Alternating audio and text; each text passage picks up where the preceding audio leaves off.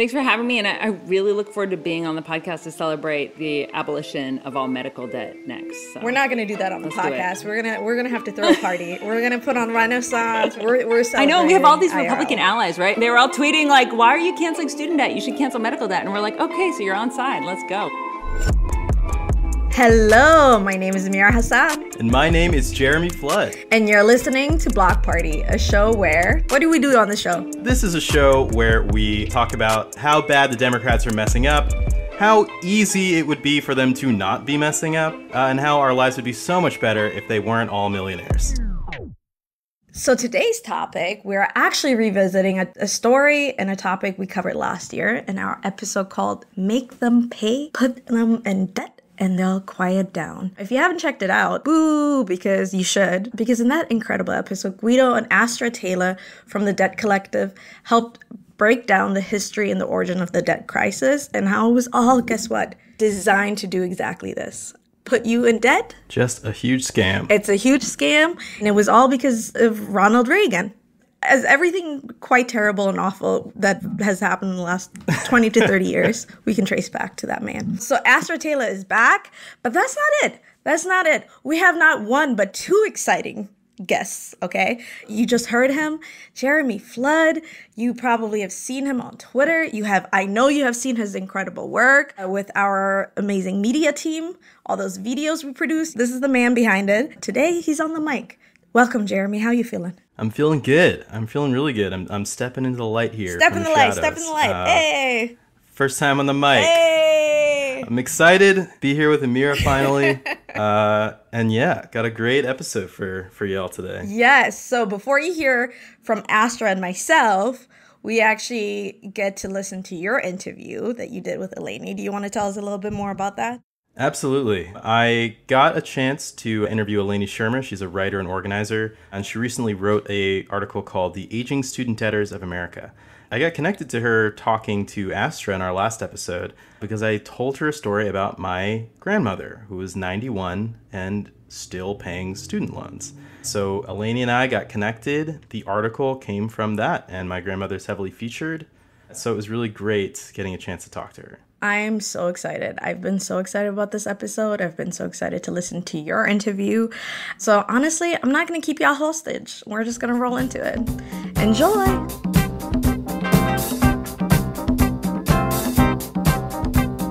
Hey everybody, I'm Jeremy Flood. I'm the lead video producer here at Justice Democrats. And I am here with Eleni Schirmer, who is a freelance writer and an organizer with the Debt Collective. She recently wrote an article called The Aging Student Debtors of America for The New Yorker in July. One of the people in this article happens to be my grandmother. So thank you so much for being here, Eleni. It's awesome to be here. Thanks for having me, Jeremy. I am really excited to talk to you today. I feel like all of our conversations before have sort of been a little bit, interviewee. Yes. Most of our conversations in the past have been you interviewing me about Betty Ann, my grandmother. Vibe has been professional, a little bit distant, but now we get to actually chat, not in the context of reporting. That's That's pretty cool. That's pretty cool. Yes. I want to know more about the origins of your interest in older Americans with really old debt. When we first met, it was on Zoom with Astra Taylor. I mentioned my grandmother, who's 91 and still goes to work every day, in part because she has to pay her student loans. And Astra was kind of like, wait, stop, you're kidding. What are you talking about? She's 91 and she's going to work every day? Yeah, that's right. So then Astra connected me with you, and this story ended up in the New Yorker. So how did you get interested in this? Did this start at the Debt Collective?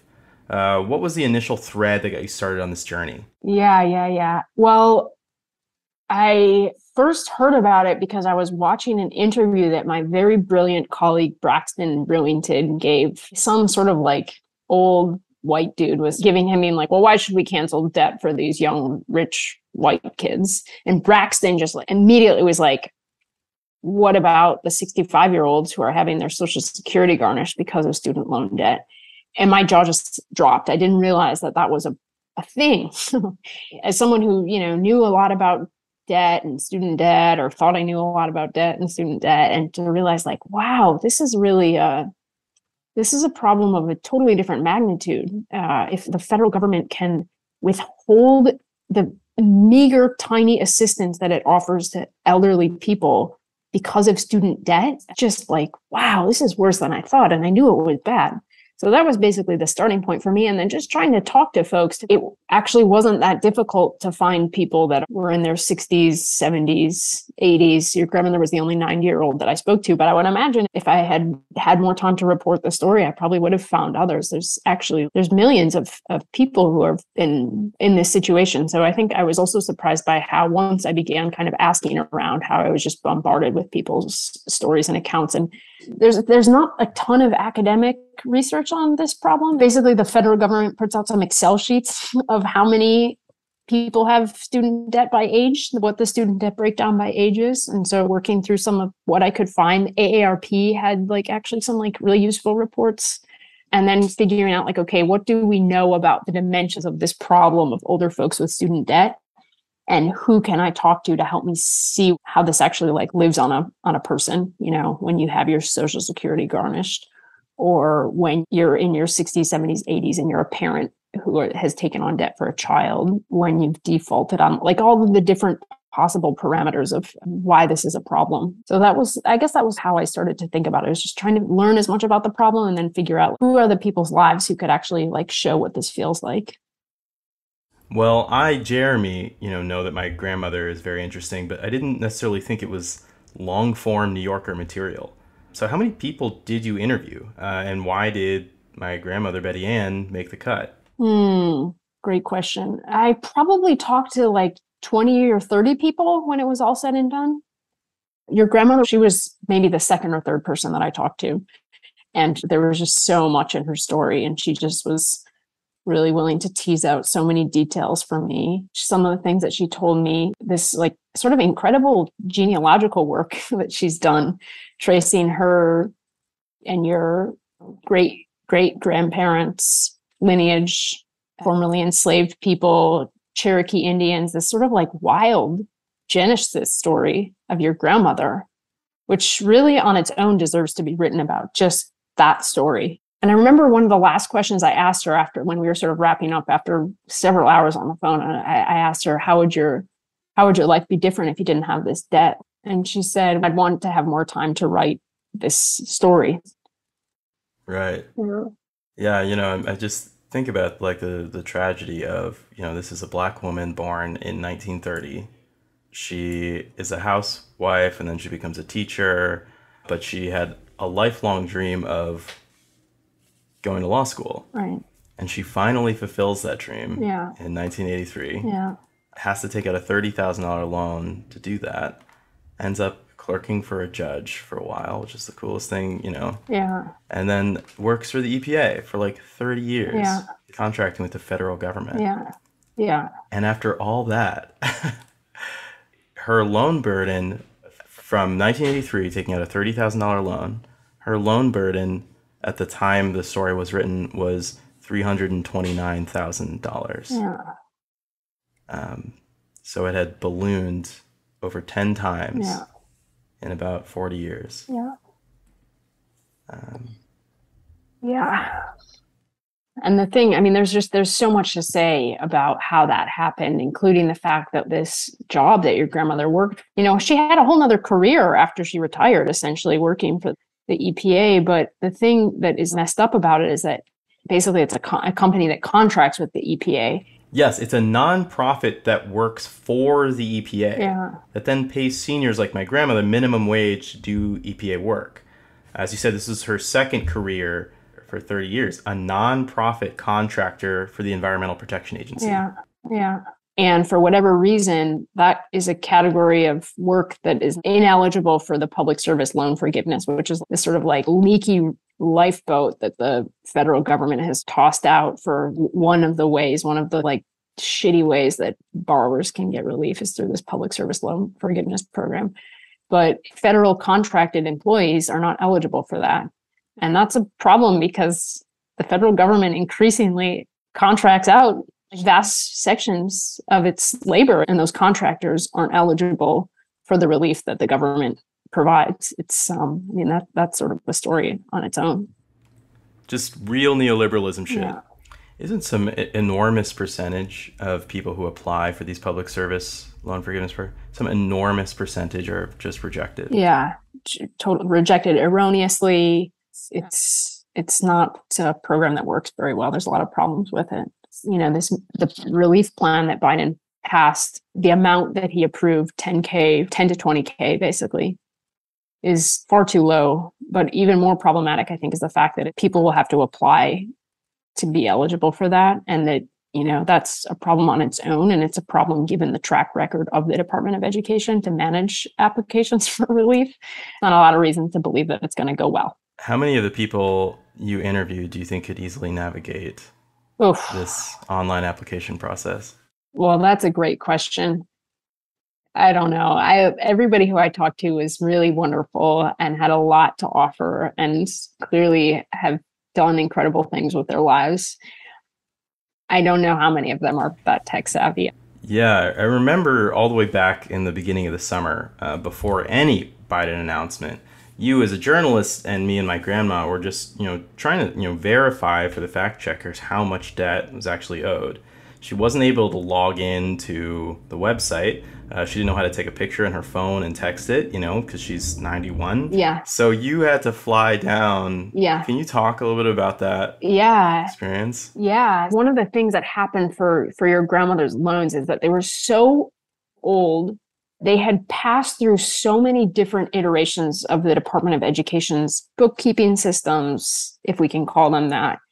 And the paperwork trail from the amount that she borrowed in 1983 didn't really exist in the way that you would imagine. There wasn't a receipt, let's say. And just to find out, just figuring out how much she owed this year was far more complicated than you might think. It's not really that easy to do some of these things. So I managed to sneak away to go down to visit your grandmother, which was lovely. I got to the apartment. I remember noticing that her apartment was one of the few in this, it was sort of at the end of a long hall. And there was a little welcome mat set out on the outside of her apartment. For some reason, that detail really stuck to me of she's this is her home. She's ready to welcome people who are coming for her. She's welcoming me. It was really hot that day and the air conditioner wasn't really working. And she was frustrated because she had called the property manager and they had been sort of putting her off. She had this coffee table that was just towering with books. I was actually a little bit nervous. Are all those books going to I don't want to put my glass of water on that table. There's I'm going to knock it over. There's so many books on that coffee table. And we sat on her couch for some time. We just chatted for a long time about this and that. I was asking her some questions about one of the big things that I wanted to do was to try to figure out if we could get her federal student aid account activated that day so that they could see what the balance was. And so we spent a long time setting up that account. The website, for anybody who's listening who's tried to log on, it's not a surprise. It's a terrible website, kicks you out a lot. It's very complicated. We had to set up all these security questions. What was her fourth grade teacher's name? And, in the end, we didn't manage to get the account logged in. But Betty did agree to sign a paper that authorized me to act as a third party on her file. So I was able to send that to the Department of Education, who then released her loan history to me. And that was a turning point because that history was very complicated. I had, a whole list of questions. And Jeremy, when I got on the phone with this ombudsman and she was reading over this 20-page document that was sort of the summary of your grandma's loan, it was like the experience of what I would imagine being with sort of a master arborist when a big or redwood has been felled.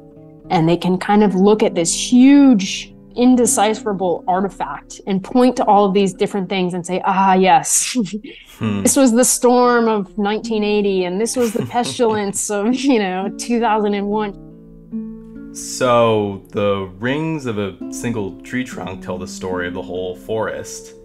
A 4-decade-long debt receipt tells the story of the whole Federal Department of Public Education. Yeah. She was able to look and be like, wow, she could basically see from this history all that basically everything that could have gone wrong between 1983 and 2022 with the Department of Education's loan system.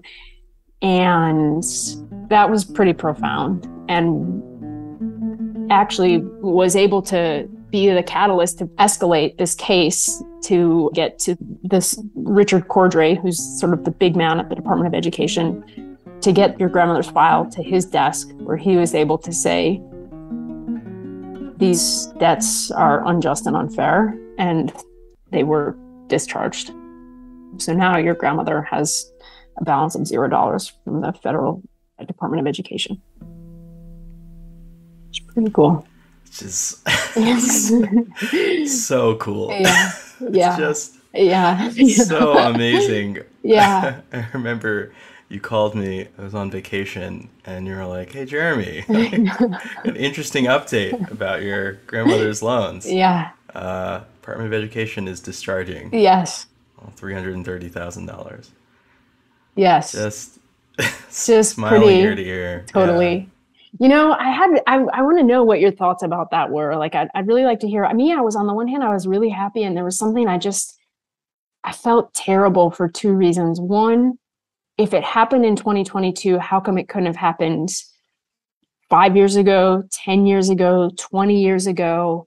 I mean, my latest conversations up to, the 11th hour before that piece went live, your grandmother seemed quite resigned to dying with that debt. I think she understood there's no possible way that a 91-year-old woman who has retired 6 months before is going to pay off $330,000. That's just not going to happen. And so she had been sort of resigned to that. And sitting next to her and listening to her stories helped me understand how much her debt had shaped some of the choices that she had to make for her last 10, 20 years of her life. And I felt upset that, she can get the debt wiped off, but how does she get that time back? Right. Yeah. And I hearing about it, this has always been something that I was angry about and simmering about, especially when Biden was running and he was talking about $10K in debt forgiveness. Right.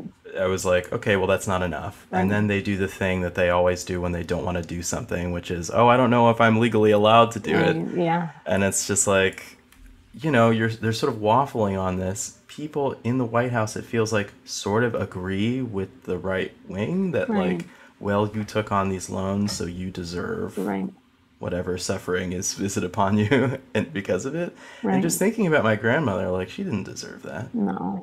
Nobody deserves that. Nobody deserves that. Like, what's the benefit?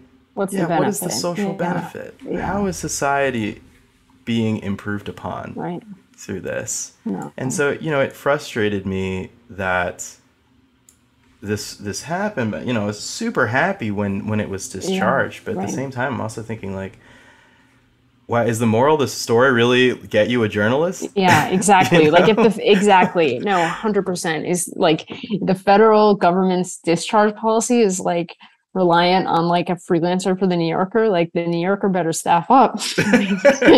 Yeah. And so how does a $30,000 loan compound into $330,000 debt erroneously?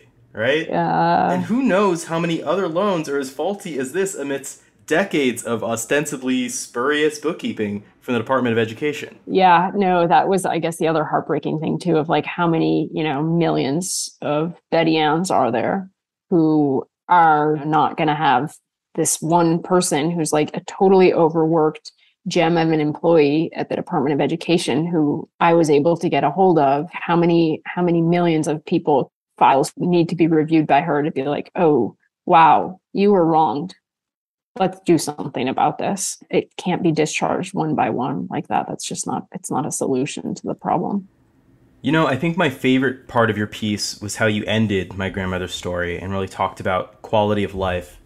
Like, policy aside, politics aside, I think you really hit at the heart of all of this. If I can just read this excerpt. Yeah. Betty Ann's debt in some ways cast a shadow over her life, inviting doubt to hover over her decisions to pursue law school and leave a bad relationship despite its financial securities. She wonders if, without debt, she could have stayed in the home she once owned rather than spending her final years in a rented apartment that needs a new carpet and a paint job. Could she have retired earlier and caught up on her reading? Could she have finally written her family history, a story which blazes through the trail of tears, reconstruction, and redlining? These matters are material. Yeah. And just like my grandmother talks all the time about writing our family story, including the story of one of our ancestors who's this woman who was forced to walk the Trail of Tears, but she had this newborn baby with her. And basically she had to leave the baby with a black family saying, like, I will be back. This baby will not survive the trip. Please take care of her until I return someday. Yeah. And tragically, she never came back. And, this baby ended up being raised in a black household. Yeah. Took their last name and went by Ann West. Yeah. And that's one of my ancestors. Yeah. And this tragic story is just like a distillation of so much of American history. The history of black and indigenous people, of white supremacy, of racial deportation, of land theft. And there are so many stories like this that are so powerful that my grandmother wants to tell so much. Why wasn't she given the opportunity to do this in her old age? Yeah. And it's challenging because people are meant to live their lives. People are meant to do things that reward them, that give them that pleasure. But for some reason, we can only really conceptualize that notion when someone is elderly. Right?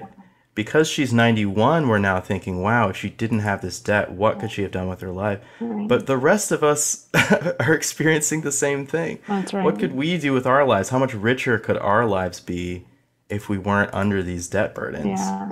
What could we do? And I think that's, it's an important lesson. Yeah, just hearing you talk about your ancestor Ann West, I just got goosebumps. Like, wow. Like, what exactly are the debts that your family is owed? That's the other question too. Your grandmother's paying on these loans. What's owed to your family? Right. Yeah.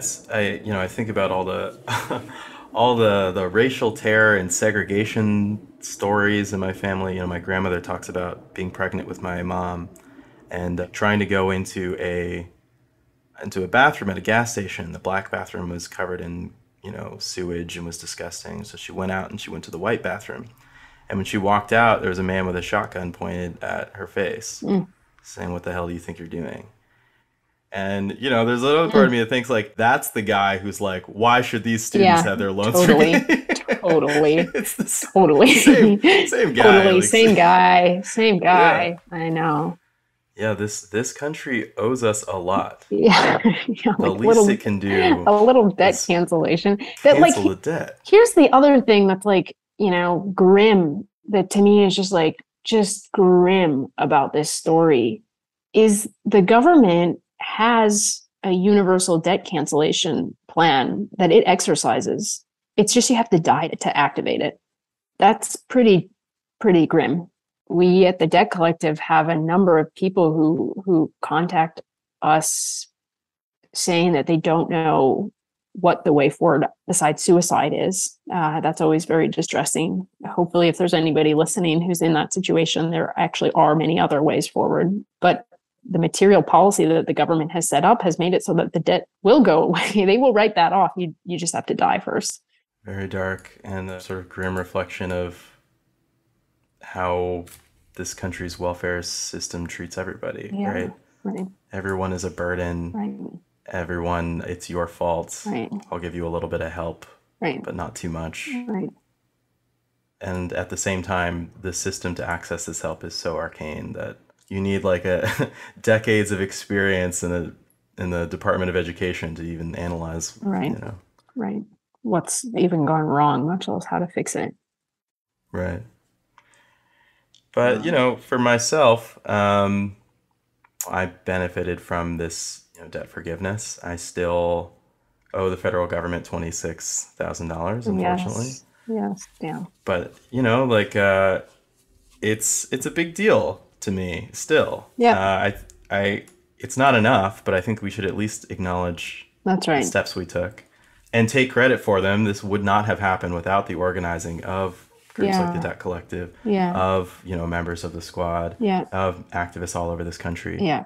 Yeah, I think that's right. Biden, we knew from the beginning that Biden didn't want to do this. And it was only because of pressure from sort of the left wing of the Democratic Party that he even came up with this campaign promise to begin with. And if he had wanted to cancel student debt, he would have done it on the first 100 days of office. It felt like we were basically figuring out different ways to be like, Biden, we know you're in there. Like, Joe, we know you're in there. We know that you can cancel student debt. And we know that you're not doing it. We know you can do this and you're not. Why are you not helping people when you actually have the power to help people? And it's sort of wild now to watch his Twitter feed.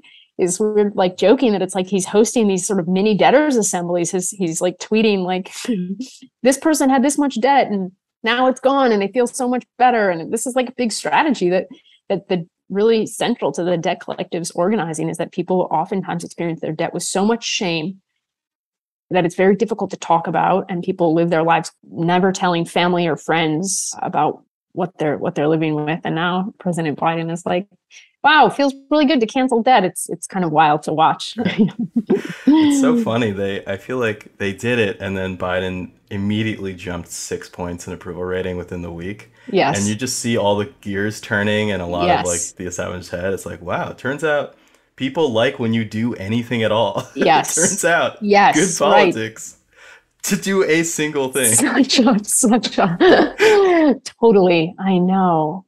I hope that he learns that lesson, Yeah, I'm praying. But I just have one more question. I think about my grandmother is just extraordinarily lucky to have access to forgiveness. Yeah. But what about some of the other people you interviewed? What do they think of Biden's policy? How will it affect them?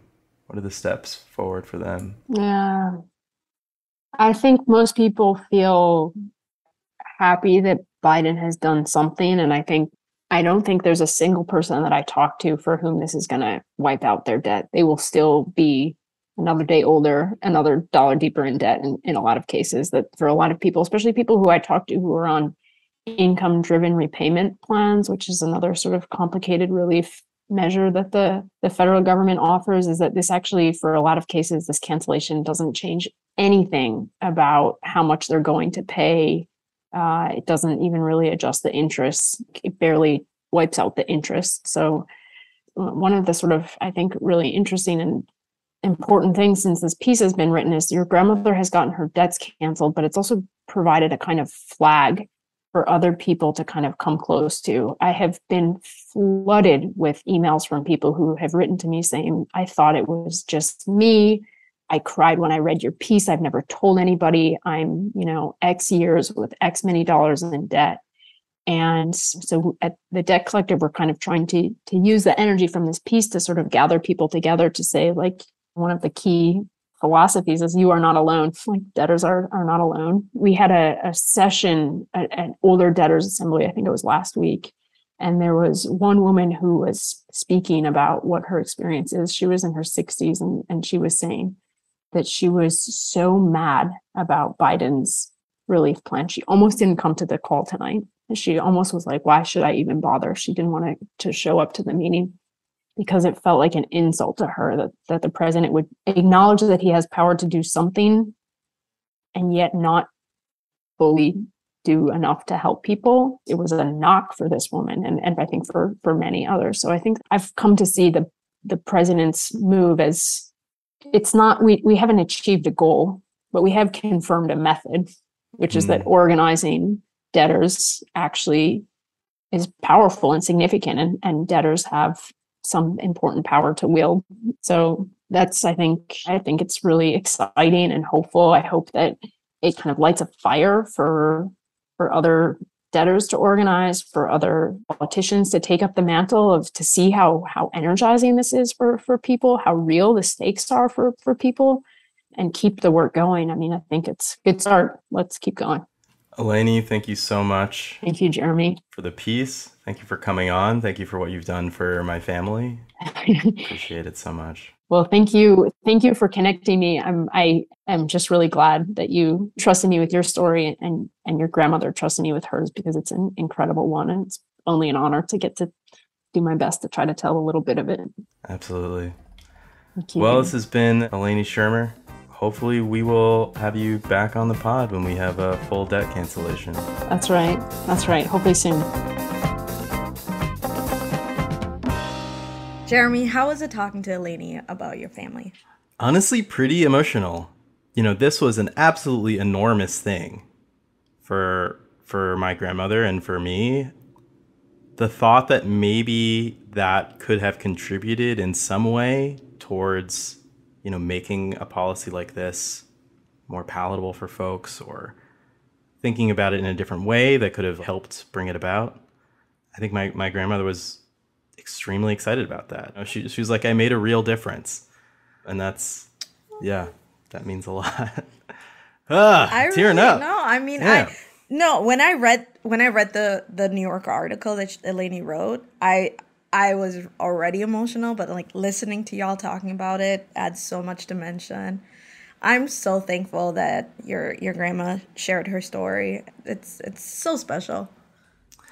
Well, it's incredible. It's not enough at all, but you know, I think that we can start taking a little bit of credit for the amazing movement that was put together by people like Eleni and like Astra Taylor that made this policy happen. So I'm really looking forward to hearing from Astra about what actually went into this. What was happening behind the scenes that made this powerful but flawed policy come to fruition.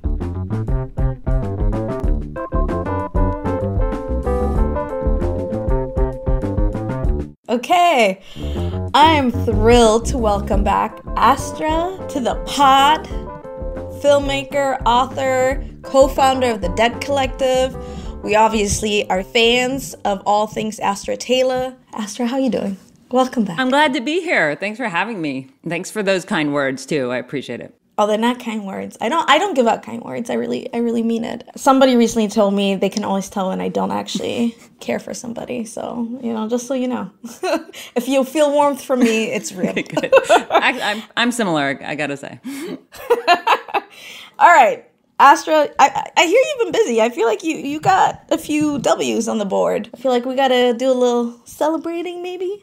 It is. And, you know, I think as an organizer, as somebody who's been pushing for debt cancellation, not just student debt cancellation, but across the board, I mean, we have to celebrate every victory. And one of the mantras of the Debt Collective is every penny that we take from a predatory lender, every penny we keep in a debtor's pocket is important, because every penny is a piece of our lives that's being extracted from us. It's a moment, right? Because the debt payments that we're being forced to make are actually our time. You know, we're working hard for money that our creditors are extracting. So yeah, we really do have to celebrate victories when they come. And also because these small victories add up, and we have to stay motivated for the bigger fight. So yeah, but we're racking up some victories. It's not enough, but I'm feeling pretty good. Celebrate good times. Come on. You know, that's the vibe. That's the theme. Let's list some of these out, okay? Obviously, we're going to get to the big one, the recent announcement. But let's list some of these other ones. And they might not know where it came from, right? Like a lot of people think good things. Where it came, exactly. Things just happen because certain politicians are benevolent or savvy. But yeah, we know. We don't believe in benevolent politicians. They don't really exist. But let's go. List them out. Let's go. I'm going to hype you. Let's go. So just a quick summary of all of the Debt Collective's accomplishments.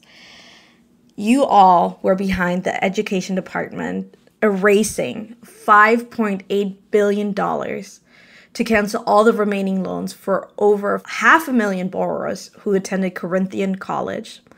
In August of this year, you also were able to get the Department of Education and the Biden-Harris administration to cancel $3.9 billion for 208,000 borrowers who attended ITT Tech Institute.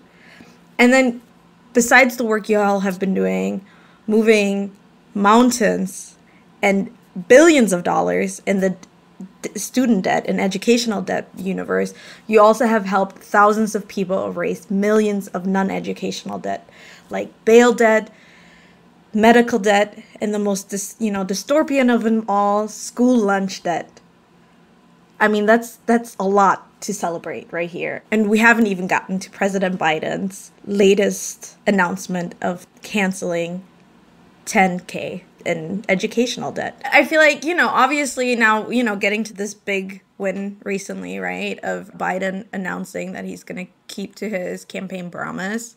I feel like the thing that you've been fighting for, the big victory here, is the admittance, right? We go back to Biden 2021 at the start of his presidency claiming he did not have the legal authority to cancel student debt. And we are now, August 2022, and he's saying, I will actually cancel $10K of student debt, which means he has the legal authority to wipe this clean, which is a huge thing. This is a huge victory. Yeah. Well, and it's so interesting. So again, because we've been at this since 2015, we had a memo written to Hillary Clinton, who we thought would be the president, saying, you have this specific legal authority called Compromise and Settlement Authority that you can use your executive power to cancel federal student loan debt, right? So we've been saying that this authority lies with the executive branch since then. And you're absolutely right. I mean, what's happened is Biden was boxed in on the campaign trail in 2019, 2020, and forced to run on student debt cancellation. And I think it's important to just slightly amend what you said. He actually hasn't even met the minimum of his campaign promise, because he actually promised two things very related specifically to student debt. One, the cancellation of an immediate minimum of $10,000 for every borrower, and he's means tested the debt cancellation, which means a lot of people aren't going to get it. And so he hasn't kept that threshold. And then he also promised that he would cancel all undergraduate debt for people who went to public universities and HBCUs and MSIs. But yes, from the day one, they were like, well, we might have made these promises on the campaign trail, but we don't think we have the legal authority to do this without Congress. One stalling tactic the Biden administration deployed was they said, oh, well, we're going to get a memo on our legal authority. So we're waiting on this memo, we're waiting on this memo, we're waiting on this memo to know if we have the authority. And the White House Chief of Staff was like, it's coming in a couple weeks. And so eventually the Debt Collective FOIA'd it. We did a Freedom of Information Act request and got the memo. Of course, it was redacted in hot pink. But what it proved was like, you actually have a memo. You've been fucking hiding it for like months. It's now been hidden for like over a year. And, it just doesn't make sense that you'd be hiding this if it said you couldn't cancel student debt. So that really gave us some leverage too, because we're like, you actually know you can do this. And now we all know that he can do it because he did it. He picked up the pen. He has leaned in and shown that we were right all along in terms of like what his capacity is in terms of canceling federal student debt. The twists and turns. I didn't even know y'all had to FOIA them. Oh, yeah. And we basically found they were lying. They were like, we're waiting on this memo. And we're like, that you've had since April 8th of 2021. I think that's also evidence, and I think that's important for the audience to know. It's like they didn't wait till the last minute, months before the midterms, because they're savvy. They really were dragging their feet. They really didn't want to do this. And it's because of not just the Debt Collective, but a growing progressive coalition, because of allies, in government, that we were able to finally make them use the power they possess. And wouldn't it be such a beautiful thing if people in power used their power for good? I want to revisit a bit of the conversation that you and Guido had in 2021, I think. And y'all talked a bit about storytelling, the political narrative, right? The structural powers at play here, but also the personal stories, because the structural, the personal, it's all interwoven. And as we're building to fight this, we are also uplifting the personal human element. Jeremy, on our staff, his grandmother held educational debt. You heard this story, and you then connected Jeremy with Eleni. And some pretty incredible things have occurred since then. When I read Betty Ann's story, I was like, I personally have often resigned myself to the fact that I'm gonna age into my student debt. I'm gonna hold the student debt forever, into eternity. It's never gonna get paid back. It's a game. Department of Education and I are playing this game where they're pretending like they're gonna get this money back, and I have to pay a monthly fee in this pretend game. But the reality is it's never going to get paid in full, and I'm going to die with it. Like, that's what I've resigned myself to. No.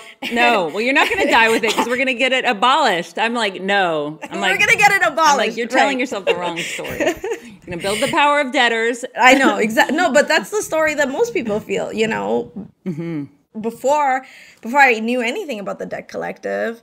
But I don't think people realize how much this conversation has moved and accelerated from being a complete and utter like pipe dream and trying to understand the income repayment system. Like I think I'm a pretty smart person, but it is a wild system. It is a maze. And even if you navigate that maze with the public service loan forgiveness, for example, there was a 99.7% disapproval rate. So you can do everything right and live according to these arcane rules that they were making, and then just be completely screwed at the end after you've literally designed your career path thinking that you're going to receive this quote unquote forgiveness from the government that that never comes. So, and that was the reality. And it wasn't until 3 years ago, so when a lot of the first wave of people who did the 10 years and did the payments, and more of these stories are surfacing because people were actually pushing past their shame and like talking about this openly and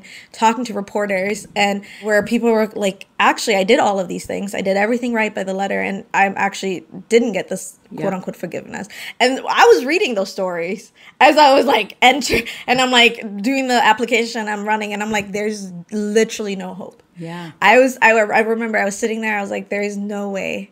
Even if I do this 10 years and I do the 120 payments or whatever, and they qualify, like at the end of this path is nothing. And so that was the story I was sitting with for a really long time. Well, I mean, I think you're totally right. And we have to help people shift their stories, right? From a story of personal, individualized coping, like, okay, this is the system I'm trapped in. I'm going to cope as best I can, which means reducing my payments, to a story of, collective indignation and action. Yeah. And so early on, when the debt collective was but a pipe dream, one of our metaphors that we play with was the invisible army of defaulters. And we were like, the reality is, this was a statistic before the pandemic, 1 million people a year default on their student loans. But they do it alone and ashamed. And I know personally, because I was one of those people in 2009 that defaulted. But what if they suddenly all came out of the shadows and got activated and found each other, and said, hold on, like the system is failing us. We're not personal failures. And so that was always, we always thought there was this potential, but that because of debt's stigma, because debt is shrouded in shame, because the system is designed to make you feel like you've done something wrong, that sort of was keeping people from participating, but that it was something we could overcome with organizing. And this is really important to me. I mean, I just think solidarity is rarely spontaneous. You can have a moment of solidarity if there's like a fire or a flood and we're going to save our neighbors or something. But if you want that kind of lasting political solidarity, you have to build it. And so we started to create experiences and containers for people to shift their narratives. So we host these things called Debtors assemblies, where it's literally just people telling their stories, often for the first time. And we have them regularly. So the Betty Ann scenario that you've been talking about, the Betty Ann story. So what happened was we were in a meeting, and Jeremy, your colleague, is like, just kind of off the cuff, is like, oh yeah, my grandma has hundreds of thousands of dollars of debt from NYU Law School, and her life is being destroyed by this. And I was just like, wow, okay, there's something there. And passed it on to Eleni, passed the story on. What I wanted in that political moment, like to just put my cards on the table, was I said, there's this myth that student debt is a young person thing. And it's not true. The fastest growing demographic of student debtors are people over 62. And why? Well, they're either taking on debt for their kids, or they're probably laid off, or there's a recession or something like that. And they're being told, like, sorry, it's your fault. You don't have the right training. You need to go reinvent yourself. So take on the student debt so you can be employable at 70, which is bullshit. So I was like, we should push back on that narrative. And so Eleni wrote a beautiful piece in the New Yorker about it, has actually fought to get Betty Ann's debt canceled. But what it has done that's even more remarkable is that it has created, and we've done this intentionally at the Debt Collective, we have opened space for older people and said very clearly, this is a movement for older debtors too. And now we've been having these older debtors assemblies where people are talking about their debts for the first time in their lives, because I think older generations have even more shame and stigma around financial stuff. And it's been so powerful. And you see that actually these people are, I feel like they might be like the vanguard of our movement because they feel the clock. They're like, we're running out. Like, and we're going to die with this debt. And that's so wrong. We're so pissed. We actually have nothing to lose. So I actually think that we might have like a geriatric debtor like fighting force come into being. And so, yeah, it's shifting personal narratives, but doing it collectively and recognizing our shared power. Because the point is that when you shift that personal narrative from shame, guilt, or whatever, to recognizing that the decks are stacked against you, you can also see something really critical. And this is the insight of the debt collective, that your debt is someone else's asset, that you actually have a form of economic power by being in debt, and that we should throw that weight around, right? Like that we actually do have real power. I mean, and Joe Biden canceling some student debt is a signal of that. Imagine what a bigger movement could accomplish. So that's the thing. It's not just narrative change or like awareness raising, right? We're trying to help people see their circumstances differently so they can engage in important forms of collective action and also get over these artificial divisions like young people versus old people, you know, or for-profit college students versus Ivy League graduates, right? All these false divisions that are imposed on us and say, no, actually, we have a lot in common. And if we can build on that commonality, then we're going to have power that is unstoppable. And that's what we need to build. Working class people cannot afford to leave power on the table. And debt is just one of the forms of power that we have at our disposal when we get organized. Because alone our debts overwhelm us, but together they make us powerful. And we can use them as leverage to demand the abolition of unjust debts and the provision of what we actually need to survive and thrive. Free healthcare, free college, social housing, right? So the debt collective is bigger than student debt, but this is like very, I think with student debt, we've made our theory of change more than a theory. It's a praxis, right? And I'm so excited about all the fights we can win ahead, you know, beyond the education realm. I mean, I'm powered out. You're like, hell no, change your mindset. You are going to abolish. I'm like, yes.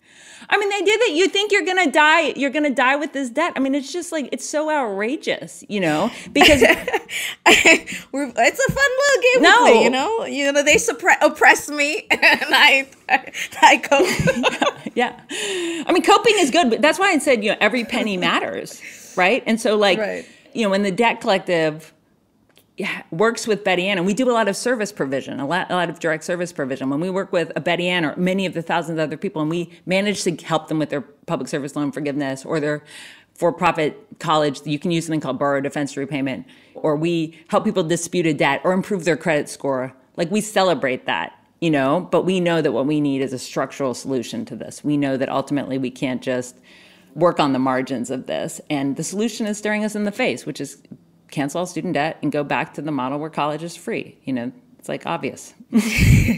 Just because it's obvious doesn't make it, you know, easy to achieve. And it takes so many people. And as you said, solidarity rarely happens spontaneously. Yeah. Obviously, our battle is, a lot of it has been in convincing Democrats that they have the power and to listen to the organized forces and masses, that this is the right path to begin to repair the damage that has been done. But obviously, they're not the only players in our political system. And the right-wing response was pretty immediate after the announcement and predictable, immediate fall outrage. You know, Ted Cruz getting ratioed on Twitter. Nature is healing. We had the cycle. And I would love to talk to you a bit more about some of the arguments, some of the people saying the quiet part out loud. You had Representative Jim Banks, a Republican from Indiana, tweet, "Student loan forgiveness undermines one of our military's greatest recruitment tools at a time of dangerously low enlistments." I mean, they're like, hey, I'm going to say it straight. Yeah, I mean, and again, you know, the debt collective's vision is bigger than student debt. It really is about how across all areas of life, we are forced to debt finance survival. And so, you know, one of our many slogans is debtors do not live beyond their means. We're denied the means to live. And why are we denied the means to live? Because when you have a secure population, you know, they're less exploitable, right? They're more democratically empowered, all of these things. So debt has long been, this precedes capitalism, it definitely precedes the founding of the United States, but debt has long been a tool of profit and of social control and of racial domination. And so debt is, you know, extremely useful to elites and to the creditor class, who are often very overlapping. And the bank's quote is just amazing because you realize that he's absolutely shameless about that. He's like, well, the poors won't join the military if we don't have this threat of student debt on the outside. There was another person who was on a, Business Channel episode, and he was just like, we can't cancel student debt. I mean, already there's a worker shortage, so if we cancel student debt, they're going to be less inclined to work at these crap underpaid jobs. So this thing of student debt being a spur. And the last time I was on the podcast, I talked a lot about how the origins of the student debt crisis particularly are rooted in California, and were a very conscious reaction to the politicization of students on campus. So students in junior colleges in California beginning to form the Black Panther movement, or at the University of Berkeley famously organizing the free speech and anti-war movements. And basically, Ronald Reagan, who was then the governor, and his allies just saying, well, we don't want this. We don't want people to be able to go to college for free and have this breathing room where they have 4 years to think dangerous thoughts and get activated. So let's bury them in debt, because they'll think twice if they're paying to carry a picket sign, right? And so this has never been sort of conspiracies are sometimes real. This has never been like a secret that debt is powerful in this way. I believe Alan Greenspan also said something like, this is not a direct quote, it's a paraphrase, but a country of mortgage holders is less likely to go on strike, right? That when you discipline people through debt, they're less likely to be involved in labor agitation and stuff like that. So that's the attitude of the people on the right. And then I think, though, that I don't think there's that much daylight, honestly, between them and like corporate Democrats and liberals who... They also don't want people to just be entitled to, to education, to security, to housing. They want a meritocracy. And so they feel like, maybe things have gotten a bit out of whack, but yes, we want to kind of divide debtors into the worthy and unworthy. So some people will get their public service loan forgiveness, and maybe some people will get some scholarships, but we'll separate the wheat from the chaff and just do it in a way that's quote unquote fair or whatever. So I think this is the problem with corporate liberalism, is that it's not as ugly as the people on the right who are just kind of saying how debt functions. They're just naming it and they're trying to defend it. But too often, in terms of how the systems play out, the educational and higher ed financing system we have is doing just that. It is doing what those gross Republicans are saying, and that's why we need to abolish it. And, the Republicans, unfortunately, are not going to stay Twitter trolls. They'll do their favorite thing, since they've stacked and taken over the courts and the legal system. There's lots of talk of the Republican plan to take up a legal challenge. Yeah. Walk us through that. Well, how likely are they to be able to gum up the works here? I mean, we're seeing legal challenges everywhere. And this is one of the problems, given the corruption of our courts, not just the Supreme Court, but lower courts. Who knows what will fly? On our side, we think that the legal challenges are weak, because the question is, who has standing to sue, right? A case has to be brought by an entity with standing. So who can credibly say that this damages them?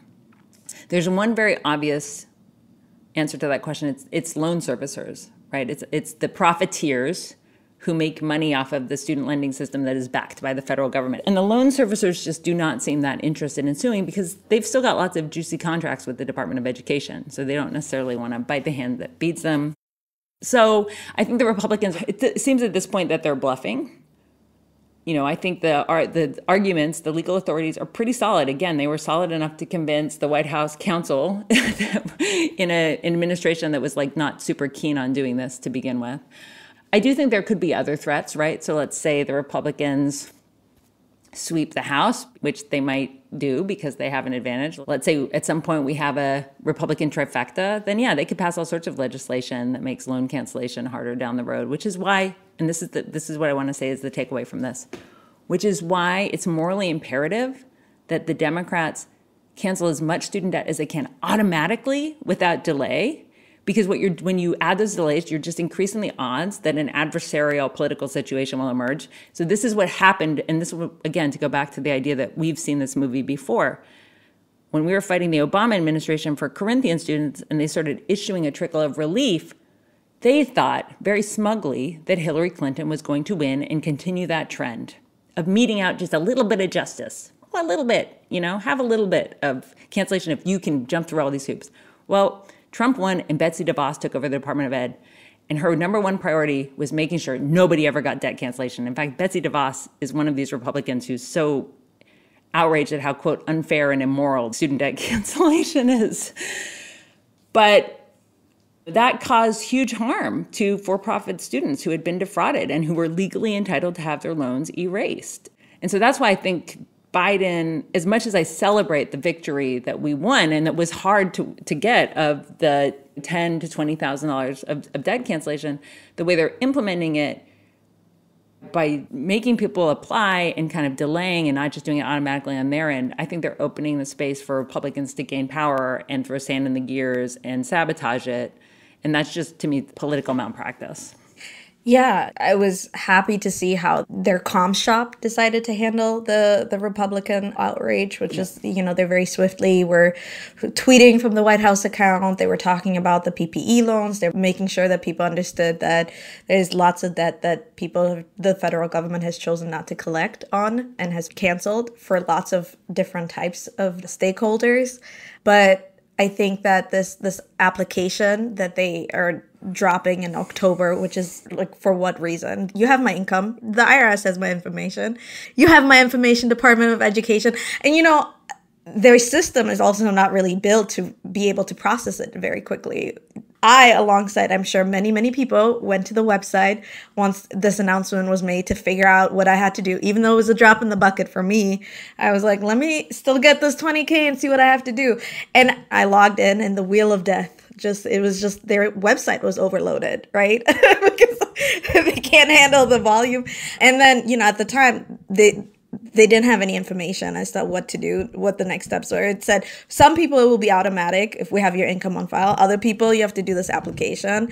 And it is completely unnecessary. They could just cancel it. It is so unnecessary. And I think they will be doing automatic cancellation for around 6 million people who recently filed FAFSAs and whose information they have. I mean, the problem is legally the Department of Education cannot access IRS data. That could have been resolved if they had thought ahead a bit. To me, the lack of an application, all these things that you've named, the crashing website, I mean, let me just tell you that the advocates in our space screamed that this was going to happen and definitely got the message across. I mean, there were people in the Department of Education also in complete agreement, the people who know how the apparatus works, saying, let's do this automatically. Let's get rid of the means testing so people don't have to say what their income is.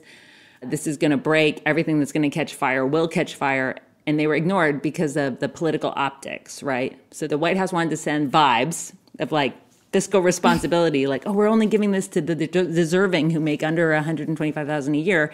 Even if in practice, what that will mean is that all sorts of people won't get it because we're going to create such a broken, bureaucratic dumpster fire.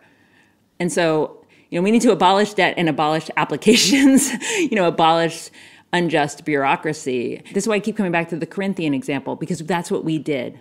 Because we didn't just stop when the Obama Department of Education started issuing debt relief and go, yay, well, let's just claim this victory and peace out, even though it was huge, right? People we had been fighting alongside for years were occasionally getting their lives transformed by getting major debt relief.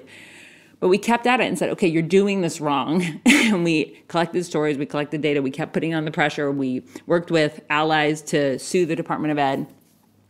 And that's what we're going to have to keep doing that. That's why this is a stepping stone. This is not the end. And we've punched a huge hole in the wall. Right? I mean, the White House is now leaning into debt cancellation, telling debtors stories, calling out, as you said, the PPP loan hypocrisy. I think hugely shifting the political terrain in terms of the general public consciousness. But we need to pay attention to the processes and say, look, let's not wait 7 years like we did for Corinthian students for you to automatically cancel the debt. Let's just do it right now.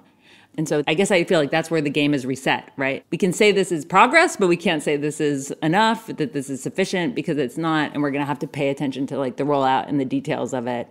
And it sucks that we do, but that's reality. That's the fight we're in.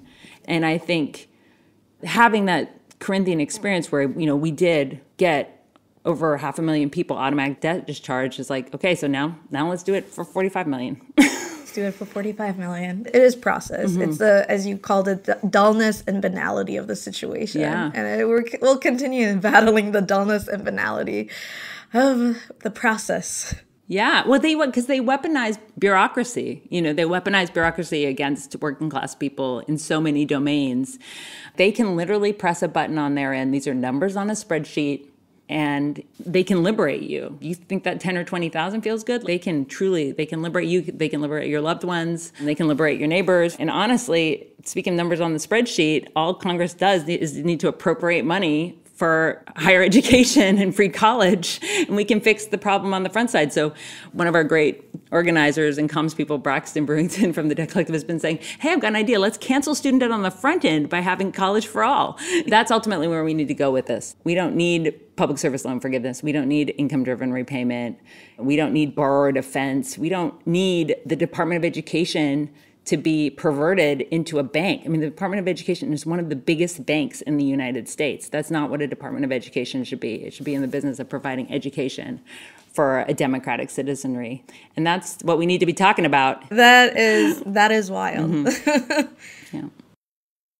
As always, it was a pleasure speaking with you, Astra. Thank you for hopping on the pod in between rescuing the world. No, I won't put all that on your shoulders, but for continuing the fight and organizing. Thanks for having me. And I really look forward to being on the podcast to celebrate the abolition of all medical debt next. So let's do it. We're not going to do that on the podcast. We're gonna have to throw a party. We're gonna put on Renaissance. We're celebrating it. I know we have all these Republican allies, right? We're dancing in the streets. They were all tweeting like, "Why are you canceling student debt? You should cancel medical debt." And we're like, "Okay, so you're on side. Let's go." Oh, you were like, yeah. No, bipartisan. We're doing that too. Will you just let people know how they can get involved with the Debt Collective? www.debtcollective.org. Sign up. Come to a new member call. Come to a debtors assembly, host a debtors assembly in your town, and follow us on Twitter, where we have lots of useful information, especially about debt cancellation, and we get a little spicy sometimes. Follow them on Twitter, and verify the homies. No, they won't. Okay, They won't. Verify the homies. I know, I saw. It's ridiculous. You know, Jeremy, there was a point in that interview where I honestly quite forgot to continue interviewing Astra because, I was telling her about how when I read your grandma's story, I really was like that. I've always resigned myself to the fact that was going to be my future. I was just going to age into my student debt. It was just going to be the thing that kept me from living the life I've wanted. And I've just been like, let me just cope with that reality and accept it. And she looked me in the eye and she was like, no, Amira, no. We will abolish this before. And I really, I'm a cynic at heart. I'm hopeful, right? I believe we can do better. But I also am quite cynical. And I'm like, okay. But when she said that, I believed her. I was like, I will follow you to the ends of the world, Astra. You're right. We can do this. I will abolish my debt in my lifetime. I will do it. Yeah, we better. We better. Right? I keep thinking about I feel like this policy is indicative of everything in the history of the Democratic Party, where activists are just like, we should do a thing.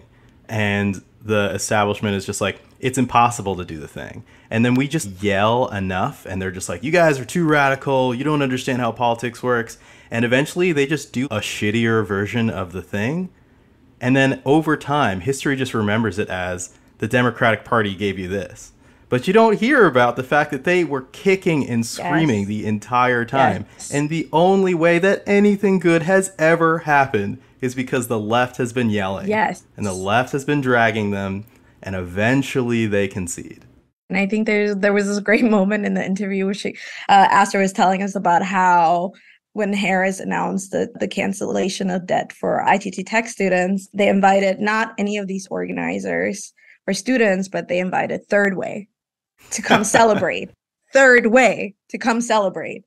And, they love rewriting history. It's like we're the people who make the kill, right? We do the hunt. And then the Third Way and the centrists are sort of like these vultures that come in after the fact and claim it, right? And this is why it's so important that we celebrate the wins, even when they're not sufficient. I think it's important that we take credit, we celebrate, because so many people worked for so long to make it happen. And even if the worst people are taking credit now, and it's not what we actually advocated for, which is cancel it all, it's still a win that was brought on by people organizing and doing the hard work every day. Hell yeah. You know, the work that people like Astra are doing, Love her, is so incredibly powerful. And just like the capacity for organized debtors to really go in and really make a difference and shake things up is just sort of like a microcosm of every part of our politics, right? If organized debtors can do that, what can organized tenants do? Right? What can organized labor do? So I'm really excited about this. I think this is a proof of concept, and obviously the first step towards bigger things, because we will cancel debt. That's right. Amira will have her party in the streets. Yeah, it's either that or like, you know, I'm not retiring. Right? Like, Yep. this is it, folks. Real socialism or barbarism hours. I'll tell you what. We're gonna be in the streets one way or the other. Yeah, right. That's we are. Thank y'all for listening to my block party debut. Thank y'all. We'll see you around the block. Bye. Bye. Bye.